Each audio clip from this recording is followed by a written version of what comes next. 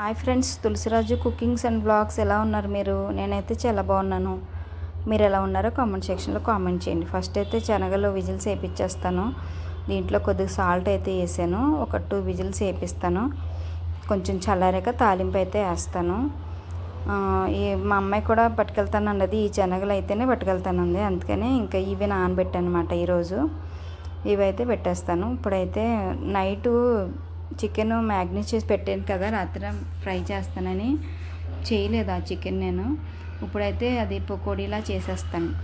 పకోడీలా చేసేసి దానికి కాంబినేషన్గా రైస్ ఏంటంటే జీరా రైస్ పెడతాను. జీరా రైస్లోకి కరివేపాకు, పచ్చిమిర్చి, జీలకర్ర రెడీగా పెట్టుకుని, బాస్మతి రైస్ అయితే ఒక 2 గ్లాసెస్ నానబెట్టి పెట్టాను. నానబెట్టి పెడితే కొంచెం త్వరగా అవుతుందని నానబెట్టేసి పెట్టాను అనమాట. లేచిన వెంటనే ఫస్ట్ రైస్ నానబెట్టేసాను. ఇప్పుడైతే ఇందులో జీరా రైస్లోకి అయితే కొద్దిగా ఒక స్పూన్ నెయ్యి వేస్తాను. ఒక స్పూన్ నెయ్యి వేసి పచ్చిమిర్చి, కరివేపాకు, జీలకర్ర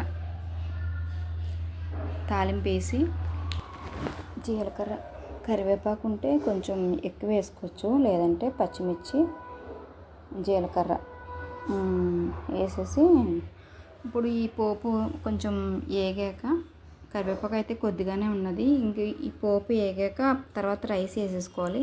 రైస్ కూడా కొంచెంసేపు ఆ నెయ్యిలో ఈ మా వేపుల్లో కొంచెం కలిపి వేపి, రైస్ కూడా కొంచెంసేపు ఆ నెయ్యిలో వేపాలన్నమాట.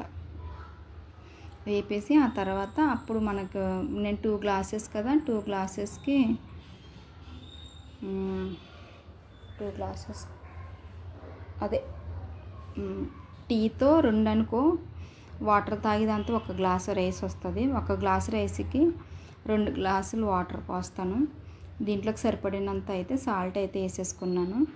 సాల్ట్ వేసేసుకొని కొంచెం రైస్ కూడా నెయ్యిలో మగ్గాలన్నమాట.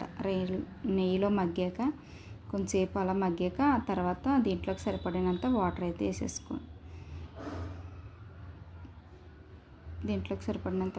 వేసేసుకోవడమే.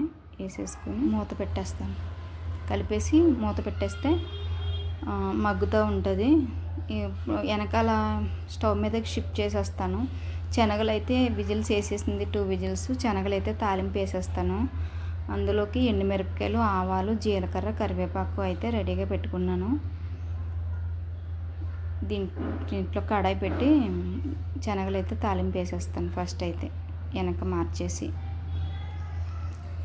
ఇంకా ఈ వీడియో 12 o'clock పెడతాను అన్నాను.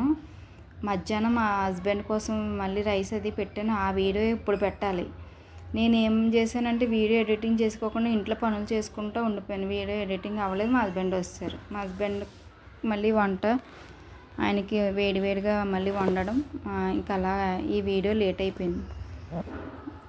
శనగల తాలింపు అయితే ఏగిపోయింది. శనగలైతే నెట్టతో తీసేసి వాటర్ అంతా ఇందులో అయితే వేసేస్తాను. శనగల తాలింపు అయితే అయిపోతుంది అన్నమాట. ఇంకా రేపటి నుంచి ఏం చేస్తానంటే, ఫస్ట్ పిల్లలు వెళ్ళిపోయిన వెంటనే మార్నింగ్ తీసిన వీడియో అప్లోడ్ చేసేస్తాను. ఎందుకంటే స్పేస్ ఉండాలి కదా ఇందులో. ఇది ఎడిటింగ్ చేయకుండా మళ్ళీ నేను ఇందాక ఒక వీడియో తీసాను, ఆ వీడియోస్ పెడదామా అంటే ఈ వీడియో ఎడిటింగ్ చేయలేదే, మళ్ళీ అది అలాగమాట మళ్ళీ ఈ ఫోన్తోనే షూట్ చేయాలి కదా, అందువల్ల అలా అవుతుంది. నిన్న కూడా అలాగే అయ్యింది. రేపు నుంచి అలా కాకుండా ఫస్ట్ వీడియో ఎడిటింగ్ చేసి వీడియో అప్లోడ్ చేసి అప్పుడు పనులు చేసుకుంటాను. అది అప్లోడ్ అవుతుంది. అంత త్వరగా ఏం అవ్వదు, కొంచెం టైం పడుతుంది కదా అదనమాట. కడాయి అయితే పెట్టాను. కడాయి పెట్టి ఆయిల్ లేదు, ఆయిల్ తీసుకురమ్మని చెప్పాను మా హస్బెండ్కి. తీసుకొచ్చి ఇచ్చేసి వెళ్ళారు. ఆయిల్ కట్ చేసి ఇందులో ఆయిల్ అయితే వేసేసి చికెన్ అయితే ఫ్రై చేసేస్తున్నాను. చికెన్ ఫ్రై చేసేసి వాళ్ళిద్దరికీ బాక్సులు పెట్టాలి. రైస్ అయితే అయిపోయింది. పక్కన ఒక ప్లేట్లో టిష్యూస్ వేసుకుని పెట్టుకున్నాను. ఆయిల్ అంతా కొంచెం అది అబ్జర్వ్ అవుతుంది కదా, ఆయిల్ తీసుకుంటుందని చెప్పేసి ఆ టిష్యూలో పెట్టాను అనమాట. చికెన్ పీసెస్ ఒక 4 ముక్కలు అయితే ఉంచాను. వాళ్ళిద్దరికీ వేపేసాక ఒక 4 ముక్కలు ఉంచాను. మా హస్బెండ్కి 2, నాకు 2. ఆ ముక్కలు అయితే వేసేస్తాను. వేపేసి మళ్ళీ ఆయన తినే టైంకి మళ్ళీ వేడి చేస్తానులేండి. ఇప్పుడైతే మాత్రం పిల్లల గురించి అయితే బాక్స్ పెట్టేస్తున్నాను. పిల్లలకి బాక్స్ పెట్టేసి మా అబ్బాయి అయితే ఫాస్టింగ్ కదా కాఫీ తాగేసి వెళ్ళిపోయాడు వాడు. మా అమ్మాయి అయితే తనకి సేమియా ఉప్మా వండాను, కానీ అది ఫోన్ ఖాళీ లేదు, ఫోను ఛార్జింగ్ లేదు. ఈ వీడియో తీస్తుంటేనే కుయ్యం కుయ్యం అంటది. ఇంకా బాక్సులు సర్దేసి షార్ట్ అప్లోడ్ చేసి ఛార్జింగ్లో పెట్టాను. ఇంకా సేమియా ఉప్మా చేశాను, కానీ అది వీడియో